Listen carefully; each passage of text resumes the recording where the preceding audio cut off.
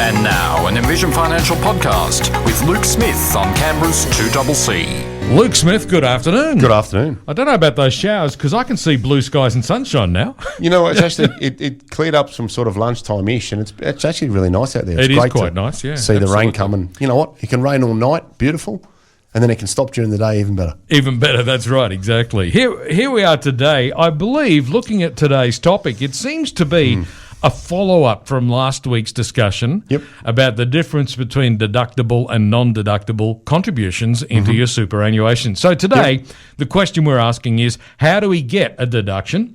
And so what is the notice of intent and why do you need it? Yeah, look, exactly. And we're just going to prepare this theme and continue the contribution methodology of getting ready for 30 June because it's sneaking up week by week. And we say every week, oh, wow, it's Friday again. Today is the 23rd of May, so that means 1 week and 1 month until the end of June. Correct, but not even because the 30th is a Monday. Oh, so yeah. the 29th and 28th are the weekend, which would mean most funds you would want your contribution cleared by the middle of that sort of 24th, 25th. Yes, so just to make sure you've got it all there. Gives us even less time to be sure. So today's topic is, what is the notice of intent? When do I need to use it? And why do I need it? Because it's always a point of confusion when I discuss people putting money into super because they say, oh, my work will claim the deduction. No. So if we take a step back and say a personal contribution is where you use your own money to add to superannuation. Now you have a choice to claim a deduction or not claim a deduction. And today we're going to talk about the paperwork required to be able to ensure you get the deduction that you want. So we've spoken in the past about the $30,000 limit, and we'll continue that theme today just for simplicity. You've got $30,000 cap. You've had $15,000 from your employer by way of superannuation guarantee, which would mean you have $15,000 of what we call cap space. Now, a few different ways you can use up that cap space. You could start a salary sacrifice program from the 1st of July and salary sacrifice through to 30 June to add that 15 grand in out of your wages. If you do that, your work claims the deduction. The second way you can soak that up is to use your own money and put $15,000 into the super fund. Then here comes along the need for the notice of intent. The notice of intent tells the super fund where you've put your money, hey, Mr. Super Fund, I intend to claim a tax deduction myself for the $15,000 that I've put in out of my own pocket. What happens is your cash goes into the fund, step one. Step two, you get a notice of intent. It's an ATO produced form. It's a standard form that all super funds will accept. And on that form, you put your tax file number, your personal details, and the fund that you have put the money into. So you'll need the fund name, you need the USI, you'll need the ABN, all publicly available information with a quick Google. On the second page, what you need to then say is, which financial year am I claiming the deduction? So for this year, it would be 2025. And then in the middle of the second page, it says, what is the amount of money you have put into the fund? In this example, it would be $15,000. The next line on the document says, how much would you like to claim as a tax deduction? In this example, we would write $15,000. So generally speaking, the numbers in the two boxes, I think it's questions 13 and 14 of the document, they should match. Then you sign it and you send it to the fund where you have already put in the money. Don't send it before the cash and don't send it too late after you've put in the cash, because if the super fund's done their tax return and you're in an industry fund or a retail fund, they will not amend the tax return and you miss out on your deduction. So I always say to people, if you put the money in on the 1st of June, send in your notice on the 2nd of June, and then you won't forget. You don't have to wait to July, but you must lodge the form after the money has gone in. The reason we need the form is all super funds will assume that personal money is a tax-free contribution by default. But if we want a deduction, as the name of the form says, we are notifying you of our intention to claim a deduction. So money in, completed form in, then the fund will write back to you and they'll say, hey, Leon, thanks very much for your notice. We will remit the tax to the ATO for you. Now, it is advisable that you keep that notification, because if the ATO ever comes knocking and says, prove you did it, you need to be able to produce that if questioned.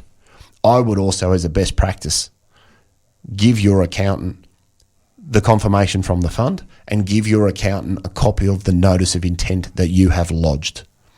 The reason that part of the process is important is you could put the money in, you could then potentially have the right to pull the money out.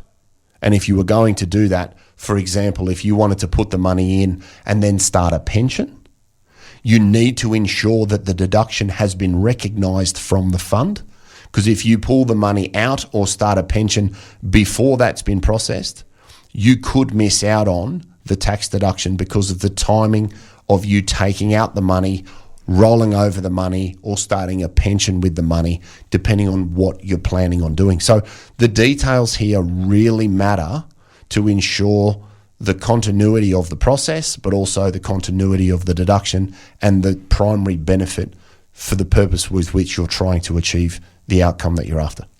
Okay, so during that process, you said that there are two questions on the form where you tell the super fund, first of all, how much money you're putting in, and second of all, how much you're claiming a tax deduction for. Correct. And you said that normally those two numbers would be the same. But I'm assuming if for some reason you wanted to claim a tax deduction only on part of that money, then you could also do that if you choose. Exactly right. So let's extend the example. Let's say we put in $100,000. Now, if we put $100,000 in, we might want to claim $15,000 as a deduction, and the $85,000 goes in as a non-concessional contribution. So in that example, what have I put in? $100,000. What do I want to claim? $15,000. That way we've separated the two types of contribution, and we've given the super fund clear indication of the amount that they need to remit the tax on. The other thing that you can do, and I get this one a lot, is, well, I put a contribution in every month. Do I need to lodge a form every month? No. You can, but it'd be a headache. I'd advise that you make your contributions during the year and then give one form to the fund for simplicity that encompasses all of the contributions that you've made during that financial year to achieve the deduction level that you're after. But you are spot on. You can put in more and claim less. I generally find that people don't worry about that because the non-concessional contribution is actioned anyway. They try and keep the figures consistent to avoid any sort of administrative misunderstanding at an industry fund or some of these others that are a little bit questionable when it comes to actually being accurate. So in other words, keep it simple. Very much so. Yeah. If you can limit somebody's if you can limit the damage done by a call centre, you've got a greater chance of getting reduce the opportunities for misunderstanding. Totally. Yeah. Exactly right. Now, so you've just said that I could potentially make contributions monthly throughout the entire financial year. So I'm putting forward 12 regular instalments, but I don't need to put in the notice of intent until after I've made that 12th payment, but before the end of the financial year so that it's there in plenty of time.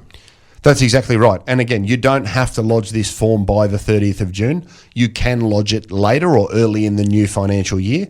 But again, let's not open the door to forgetting. Let's not open the door to assuming. Let's not open the door to, I need to send it in November, but the super fund's already lodged their tax return, because a large retail fund or an industry fund's not amending your deduction. And then you'll get upset because you've put money into an environment that you can't get back out for a number of years potentially, and you've got no tax benefit for foregoing that capital. So again, let's keep it simple. Money in, form in.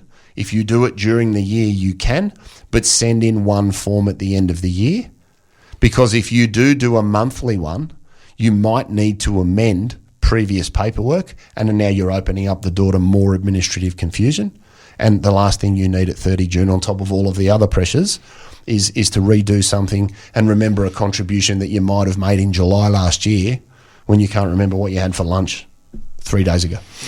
Okay, I suppose you don't have to make monthly contributions. You could just put the money aside in a separate bank account all year and then make 100%. One contribution when the time is right, and that actually simplifies the process a bit. Great strategy, right? So I'd say to people, where you have a mortgage, fill up the offset account of your house all year, reduce the interest incurred on a non-deductible debt, then pull the money out in June from your offset account, make your super contribution, potentially get a refund, bank that refund back in your offset account, and you've had 2 uses for the same $15,000, you could argue, and you've got strategic control over your cash flow for the situation where that's appropriate. Look, if you're a spending maniac and you've got stuff turning up at the house from FedEx and your partner, your wife, your husband, your significant other is on first name basis with the FedEx man, well, you know what? Go to your work on the 1st of July and say, hey, I need to get $15,000 in. Can I do $1,100 a month or whatever the figure is, so that you don't have to think about it? You can also do that. But it's very difficult with 4 weeks to go in the financial year to salary sacrifice 15, 20, 30, 40,000. So personal deductible contributions are great where you're going to make lumpy contributions late in the year and you can't salary sacrifice because you just don't earn that amount of money to direct all of that to super. But again, if you're a spending maniac, and there's nothing wrong with that, right? I'm pro-spend. I know. I've seen you.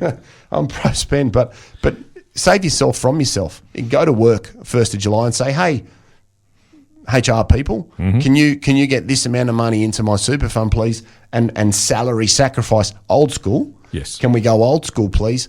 And then you don't have to think about it. If that's going to get the money in there over you coming to me in June and going, yeah, Lukey, and I just look you in the eyes and go, you've spent it, haven't you? And you go, yeah. Save yourself from yourself.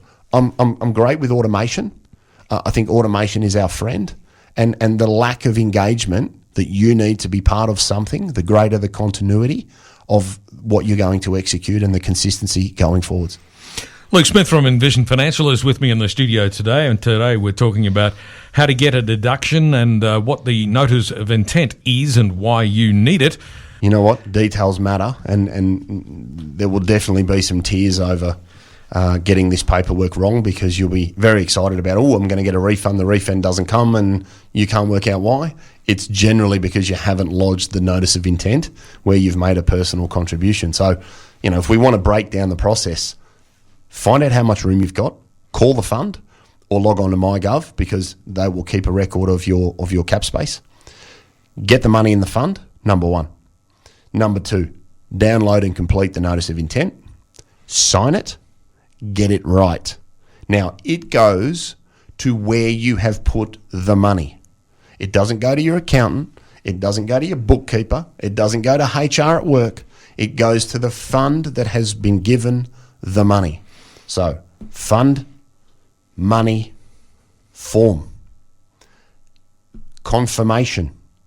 Keep that. The fund will write back to you and say, hey, Leon, thanks for that. We will remit the tax for you. Keep that correspondence from the fund. Your accountant will want it. Keep a copy of the notice of intent. Your accountant will want it. Best practice. Okay? Make sure you don't leave the form too late. If you put the money in, do it while you're thinking about it, because, I'll do that in July becomes, whoops, I wish I'd done it. Okay? Make sure that you know how much room you have. Don't guess. Ensure you are aware that if you have multiple funds and you make multiple contributions, that is multiple notices of intent. Okay, so I've got 2 funds. In the example before the ad break, we had 15,000 going in. If I do 5 to Fund A and 10 to Fund B, notice of intent to Fund A for 5, notice of intent to Fund B for 10, not 15 to one fund, because they will not talk to each other. Okay? If you make multiple contributions, send in one at the end of the year. You don't need to be doing it for every contribution during the year. The form will do your head in. All right, so 1 at the end for the total contributions, and don't pull any money out, start a pension or do something else with that vehicle until the confirmation has been received that your contribution has been processed. Then you can pull money out, then you can start a pension, then you can do whatever you're planning on doing. But if you do it before they've confirmed that deduction or before you've lodged that notice of intent, highly likely you will miss out on the tax saving that you're doing it for, and then there's some more tiers. So the details matter with this one. Get it right, and then you'll get a great outcome for the strategy that you're trying to execute. Okay, so make sure you don't forget the paperwork and make sure you get it right. 100%. There we go. Where can listeners get more information? Yeah, office number 62604749. We've got envisionfinancial.com.au on the internet. That's Envision with an E. We've got the podcast, The Strategy Stacker. Luke Talks Money on iTunes and Spotify. And we've got Envision Financial Canberra on YouTube, where you can subscribe to the YouTube channel and get a backlog of all of our shows where you can watch them on your phone or your iPad. And you can read it all in Smart Money Strategy. There is an actual chapter on a notice of intent because it's the one thing that people seem to either not understand or get wrong more often than not. So that's the smart thing to do. Get a hold of a copy of Smart Money Strategy. Luke, thanks so much. See you next week. We'll catch you again next Friday afternoon. Luke Smith from Envision Financial back with us again at the same time next week to talk financial matters once again.